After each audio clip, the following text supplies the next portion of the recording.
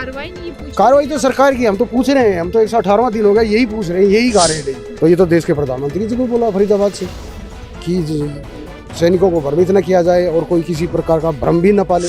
देश के लिए सरकार काम कर रही है, बिल्कुल आपने बहुत अच्छा सवाल किया, मैं बता देता हूँ। ये फौज देश के लिए क्या कर रही है आप बताइए मुझे, मैं एक क्वेश्चन आपसे पूछना चाहता हूँ, फौज देश के लिए क्या करती है? डिजिटल इंडिया करके जो हमारा सेंट्रल गवर्नमेंट बोल रहा है, तो ये डिजिटल इंडिया हो चुका है, बन चुका है, तो इसमें कोई महत्व नहीं है ये सब चीजें जो कर रहा है। अभी जंतर मंदिर में बैठा हुआ है, 118 दिन से बैठा हुआ है। अब कई अफसरों ने कई जगह पर हमारा सैनिक कल्याण के बारे में बातें करता है, ये नहीं बोल रहा हूँ, होना भी चाहिए, ये नहीं बोल रहा हूँ, लेकिन आजकल ये डिजिटल आने के बाद कोई भी जरूरत नहीं है इसी जैसा काम करने का। अभी इसी में कोई जरूरत नहीं है, उनका तरफ से कोई भी जरूरत नहीं है, लेकिन कोई बात नहीं है, जो हमें उसमें कोई ऐतराज नहीं है, जो ऐसे भी करो कोई बात नहीं, लेकिन गुमराह करना और इसी के ऊपर प्रचार करना, अब जो इसी के पीछे बेवकूफ बनाना, ये नहीं होना चाहिए। 17 जून हो गया है और 118 दिन हो गया आपको यहाँ पर धरना देते हुए। ऐसे में क्या उम्मीद आपकी है सरकार से? उम्मीद से ही आशाएं जुड़ी होती है, उम्मीद तो है सरकार करेगी, लेकिन थोड़ा समय और लेगी।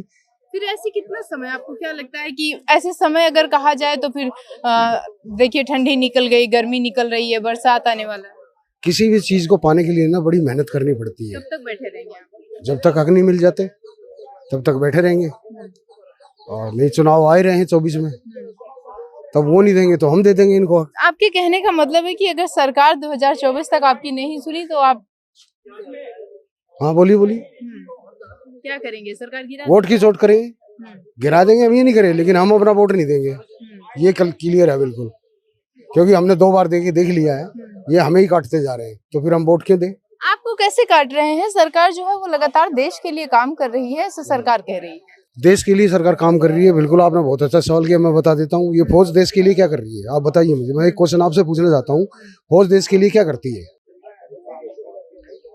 फौज देश के लिए क्या करती है आप बताइए ना, आप सिविल पॉपुलेशन से हैं, फौज देश के लिए क्या करती है?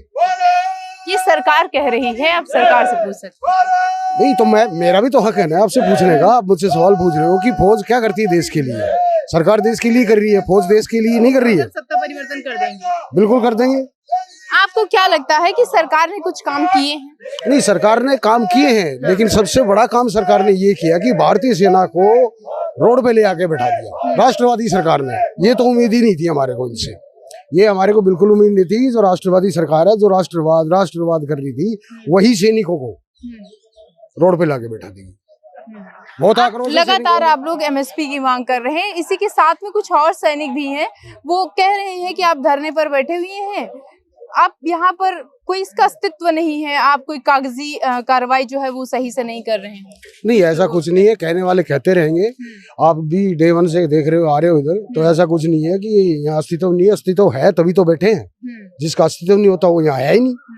इसी के साथ अगर हम नजर डालें थोड़ा सा, यहाँ लगभग 200 मीटर की दूरी है, वहां पर भी कुछ सैनिक बैठे हैं। उनका कहना है कि पहले आप दोनों एक साथ थे, या फिर वो लगभग 980 दिन से भी ज्यादा हो गया बैठे हैं, वो भी सेम चीज की मांग कर रहे हैं। आप भी आज 118 दिन हो गया बैठे हैं, तो दोनों एक साथ मिलके क्यों नहीं मांग करते हैं? देखिए, वहाँ पे जो आप 200 मीटर बता रहे हो, वहाँ कोई सैनिक नहीं बैठा। चाहे तो मैं आपको ले जा दिखा सकता हूँ अभी वहाँ पे।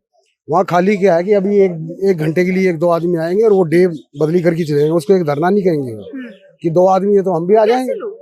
वो कैसे लोग? नहीं है तो लोग वही वो जनरल सतवीर सिंह के हैं, हम 15 में थे उनके साथ, हमारा संख्या बल दिखाया गया था, हमें बेवकूफ बनाया, उन्होंने धोखा दे दिया बंद कमरे में जाके। कैसे धोखा आपको दे दिया? धोखा ये दे दिया कि जो ये 1 रैंक 1 पेंशन है, ये एक्चुअल में जवान जीशोज के लिए ना कि ऑफिसर के लिए, क्योंकि कोशियारी कमेटी ने भी ये बोला है ये कम उम्र में जो जवान रिटायरमेंट आ जाता है ये उनके लिए है। तो ऑफिसर तो ऑलरेडी 58-60 साल की नौकरी करता है, तो उनको क्या जरूरत है रिक्वायरमेंट।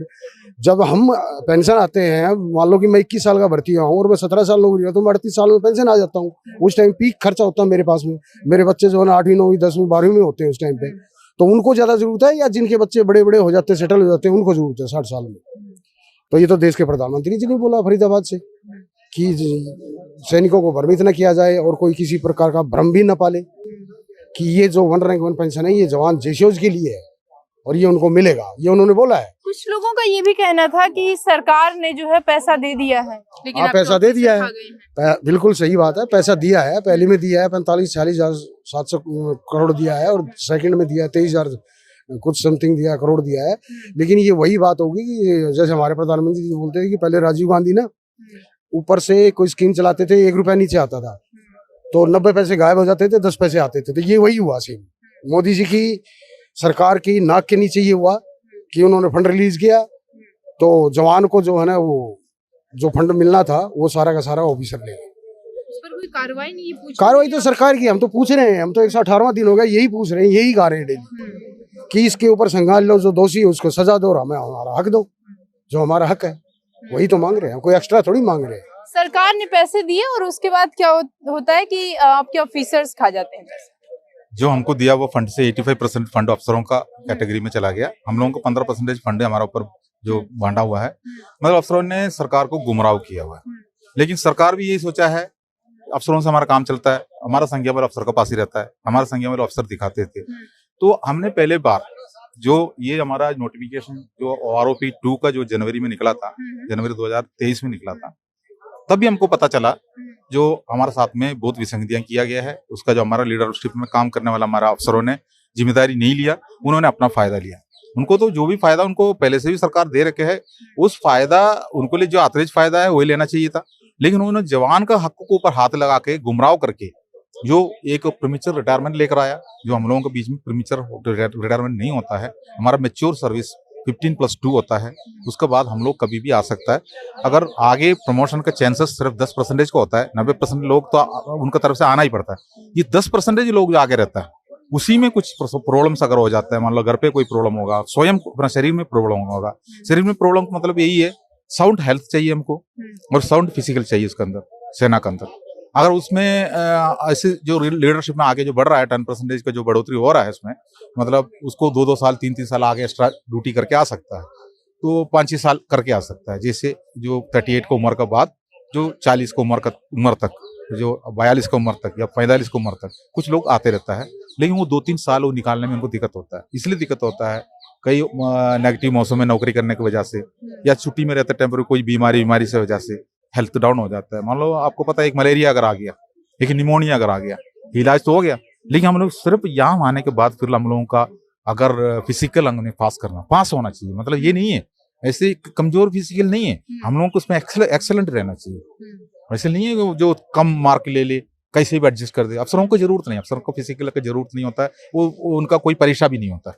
लेकिन हम लोगों में इसको परीक्षा भी होता है, हमारा उम्र के हिसाब से टेस्ट भी होता है।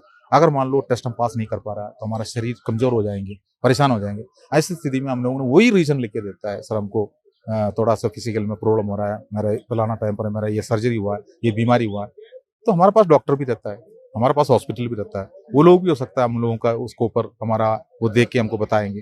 लेकिन ऐसी स्थिति में हम आता है तो सरकार के सामने हमारे अफसरों ने प्रीमेच्योर रिटायरमेंट को एक अलग तरीका से लेकर आके समझा दिया।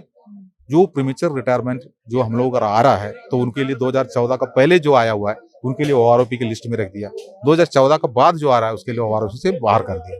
तो ऐसी स्थिति में जो सेना में आज नौकरी कर रहा है उनका साथ में क्या मतलब बीत रहा है आप देख लीजिए। आज वो सोचता है अगर मैंने लिख के दे दी प्रीमेच्योर तो फिर मेरा भविष्य खत्म हो जाएगा, मतलब पेंशन नहीं मिलेगा उसको, मतलब OROP का फायदा नहीं मिलेगा। ऐसे में वो लिख के ना देते हुए उधर अपना शरीर को उधर खींच रहा है। सैनिकों की विधवाओं के लिए आप यहाँ पर लड़ रहे हैं, उनके हक के लिए लड़ रहे हैं, लेकिन यहाँ पे हमको कोई भी महिला दिखाई नहीं देती। बीते दिन 1-2 लोग दिखाई भी दी थी, तो क्या मतलब इसका समझे कि महिलाएं जो हैं वो अपने हक के लिए लड़ नहीं रही हैं? महिला के साथ में जो हमारा जो जेसीओ जवान का जो महिला के साथ में बहुत बड़ा विसंगतियां हैं, बहुत बड़ा अन्याय हुआ है। वो मैं आपको इसलिए बता रहा हूँ, हमारा चार्टर आपने देखा है, अगर मान लो मेरा डेथ अगर हो जाता है, मैं अपना ही एग्जाम्पल बता रहा हूँ, मेरा डेथ अगर हो जाता है, मेरे को आज जो पेंशन मिलता है उस पेंशन का जो बेसिक जो है उस बेसिक पेंशन का आधा मेरा वाइफ को मिलेंगे, आधा मेरा वाइफ को, यानी मान लो मैं अगर 10,000 रुपये मेरा बेसिक है तो उसमें 5,000 रुपये मेरा वाइफ को मिलना शुरू हो जाएंगे।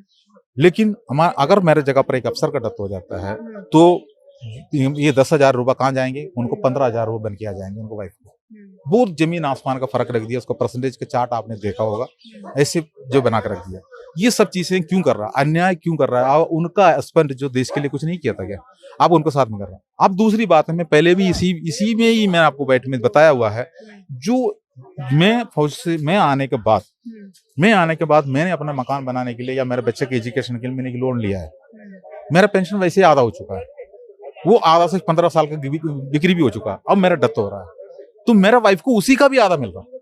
लेकिन मैंने जो अपना वहां से जो लोन लिया है, ईएमआई कट रहा है, उसमें फैमिली भी साइन करना पड़ता है, तब जाकर देंगे, तो वो उससे निकालेंगे। अब आप बता रहे हैं वो इधर क्यों नहीं दिख रहा, बात यही है। अब वो अपने बच्चे को पाल रहा है और किसी गांव में रहता है, वो कैसे इधर आएंगे?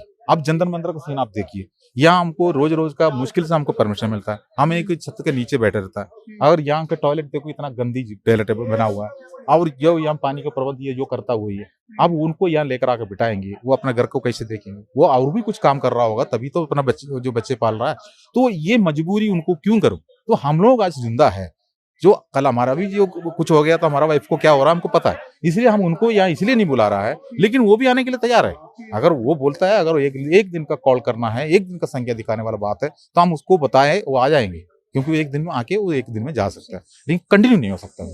ठीक, तो ये हमारे साथ जो है वो पूर्व सैनिक थे जिन्होंने बताया कि जो स्थितियां हैं, जैसे अगर हम बात करें राज्य सैनिक बोर्ड और जिला सैनिक बोर्ड की, तो उसकी क्या इंपॉर्टेंस है, क्या उसके महत्व है, कैसे लोग अपनी समस्याओं को वहां पर ले जाते हैं और कितने लोग जो है वो डिजिटल से कनेक्ट होते हैं।